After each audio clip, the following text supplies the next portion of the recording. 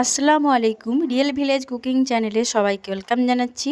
আজকে একটা নতুন রেসিপি নিয়ে আপনাদের কাছে হাজির হলাম। খুব সহজ এবং সিম্পলভাবে আজকের রেসিপিটা আপনাদের কাছে শেয়ার করতে চলে এলাম। চলুন তাহলে শুরু করি। এখানে নিয়েছি বেসন, নিয়েছি হাফ বাটি পরিমাণ, আর সুজি নিয়েছি হাফ বাটির থেকে একটু বেশি।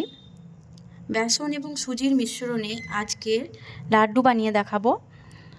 পুরো ভিডিওটা দেখবেন, স্কিপ না করে পুরো ভিডিওটা দেখতে থাকুন, খুবই ভালো লাগবে। খুব সহজ পদ্ধতিতে আমি আপনাদের সঙ্গে আজকের এই লাড্ডু রেসিপিটা শেয়ার করছি। দুটো উপকরণ আমি ভালোভাবে মিশিয়ে নিলাম। এবার আমি নিয়ে নিয়েছি দুধ আমি আগের থেকে ভালো করে জাল দিয়ে রেখেছিলাম, জাল দিয়ে ঘন করে রেখেছিলাম। দুধ দিয়ে দিলাম, এখানে এক বাটি পরিমাণে দুধ দিয়েছি, আবারও কিছুটা পরিমাণ দিলাম, দিয়ে ভালোভাবে মাখিয়ে নেব। এখানে সুজি অনেকটাই টানবে, যদি পরিমাণে আরও লাগে সেক্ষেত্রে আবারও আমি কিছুটা দুধ দেব। খুব ভালোভাবে আমি উপকরণগুলো একসঙ্গে মিশিয়ে নিচ্ছি। সব কিছুকে ভালোভাবে মিশিয়ে নিতে হবে, কোনো রকম দলা বেঁধে না থাকে। লাড্ডু তো অনেক রকমেরই খেয়েছেন, সুজি এবং এই বেসনের মিশ্রণের যে লাড্ডু, এটা কিন্তু খুবই টেস্টি একটা রেসিপি, আর খেতে অসম্ভব টেস্টি লাগে।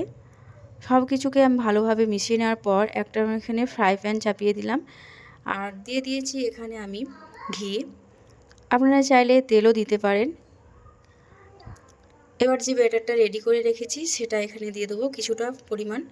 কিছুটা দিয়ে আমি একটা চামচের সাহায্যে চারিপাশে ভালোভাবে একটু মেলে দেবো।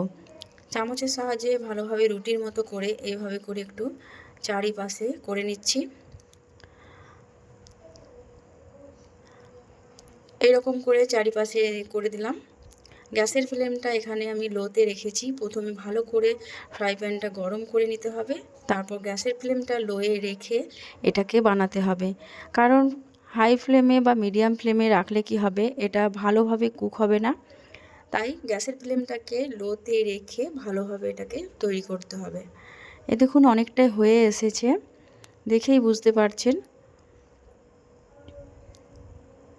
চারিপাশটা এভাবে একটু আমি দেখিয়ে দিচ্ছি। এবার এটাকে আমি সাইডগুলো ভালো করে একটু ছাড়িয়ে নিতে হবে। খুন্তির সাহায্যে এই সাইডগুলো একটু ছাড়িয়ে নিচ্ছি। এটা কোনো অসুবিধা নেই, সহজেই উঠে যাবে। আমি সাইডগুলো একটু এমনি ছাড়িয়ে নিলাম। এবার এটাকে আমি উল্টে দেব। এক সাইডটা ভালোভাবে যখন কুক হয়ে যাবে, অপর সাইডটা উল্টে দিতে হবে। এক সাইডটা হয়ে গেছে, আমি এটাকে এবার উল্টে দিচ্ছি। এই দেখুন খুব ভালোভাবে হয়ে গেছে। দু সাইডটা যখন ভালোভাবে হয়ে যাবে, এটাকে আমি তুলে নেব। ঠিক একইভাবে বাকি যে কটা আছে সব কটাই একইভাবে আমি বানিয়ে নেব। বাকি যেগুলো আছে সব কটা আমি বানিয়ে নিয়েছি, এ দেখুন। আর এই থালার মধ্যে আমি সব কটা রেখে দিয়েছি। আর এগুলোকে আমি টুকরো টুকরো করে ছিঁড়ে নিচ্ছি। সবগুলো আমি এখানে টুকরো টুকরো করে নিয়েছি। এবার একটা মিক্সিং বোল নিয়ে নিচ্ছি, আর এর মধ্যে কিছুটা করে দিয়ে আমি মিক্সিতে ঘুরিয়ে নেব। সব কটা একবারে দেব না, কিছুটা করে দেব আর মিক্সির মধ্যে ঘুরিয়ে নেব। এখানে আমি ঘুরিয়ে নিয়েছি, এই দেখুন ঠিক এই রকমের হবে। আমি একটু হাত দিয়ে দেখিয়ে দিচ্ছি, এই দেখুন ঠিক এই রকম হবে। এবার একটা সব কটা আমি একইভাবে বানিয়ে নিচ্ছি, দিয়ে একটা থালার মধ্যে নিয়ে নিলাম। এই দেখুন কতটা সুন্দর লাগছে দেখতে।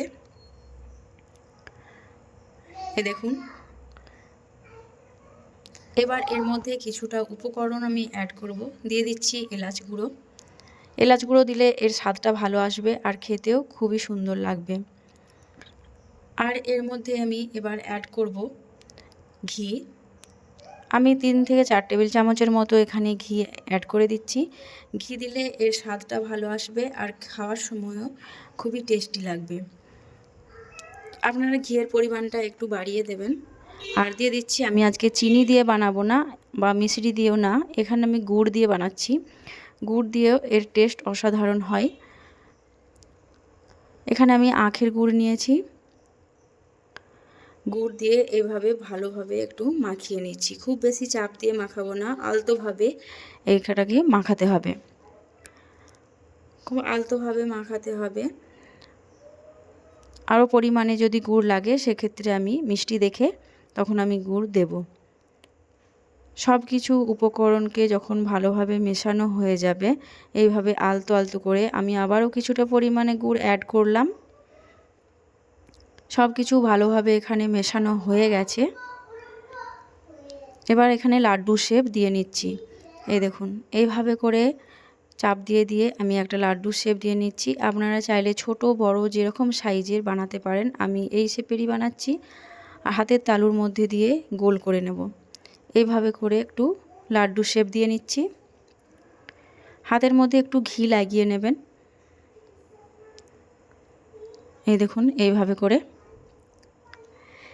এই লাড্ডুগুলো কিন্তু খেতে অসম্ভব টেস্টি হয়। ঘি এবং এলাচ আর আখের গুড়ের সংমিশ্রণে এর স্বাদ দ্বিগুণ হয়ে যায়। প্রতিটা ঠিক একইভাবে বানিয়ে নেব আর এভাবে একটু মিশিয়ে নেব। এভাবে একটু মিশিয়ে নেব, এতে দেখতে সুন্দর লাগবে। এরকম করে আমি আবারও আরেকটা বানিয়ে দেখিয়ে দিচ্ছি। এইভাবে হাতের তালুর মধ্যে দিয়ে একটু গোল করে নেব। সামান্য উপকরণে, বাড়িতে থাকা সামান্য উপকরণে আপনারা এইভাবে লাড্ডু বানিয়ে ফেলতে পারবেন। সব কটা লাড্ডু ঠিক একইভাবে আমি বানিয়ে নিচ্ছি। এই লাড্ডুগুলো বানাতে বেশি টাইম লাগে না, অল্প সময়ের মধ্যে হয়ে যায় এবং এক সপ্তাহ ধরে আপনারা ফ্রিজে রেখে খেতে পারবেন। সব কটা লাড্ডু আমি এখানে একে একে করে একটা প্লেটের মধ্যে সাজিয়ে নিচ্ছি। এই দেখুন সব কটা প্লেটে সাজিয়ে নিলাম। লাড্ডুগুলো কত সুন্দর হয়েছে দেখুন। এই দেখুন কত সুন্দর হয়েছে, দেখতেও যেমন সুন্দর, খেতেও কিন্তু অসম্ভব টেস্টি হয়।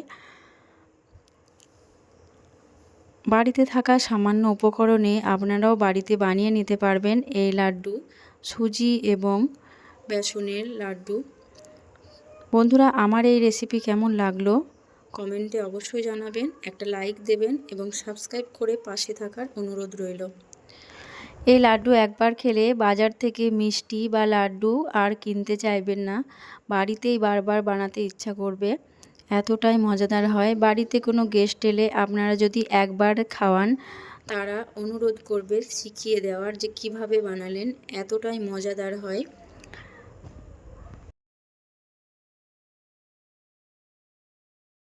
আপনারা একবার বাড়িতে ট্রাই করে দেখবেন আর কেমন হলো অবশ্যই জানাতে ভুলবেন না। আমি একটা ভেঙেও দেখাবো যে কতটা সুন্দর হয়েছে ভেতরটা। আর আমার চ্যানেলে নিত্য নতুন অনেক রেসিপি আছে, আপনারা দেখে ট্রাই করতে পারেন। প্রতিটা রেসিপি সহজ পদ্ধতিতে দেখানো হয়েছে।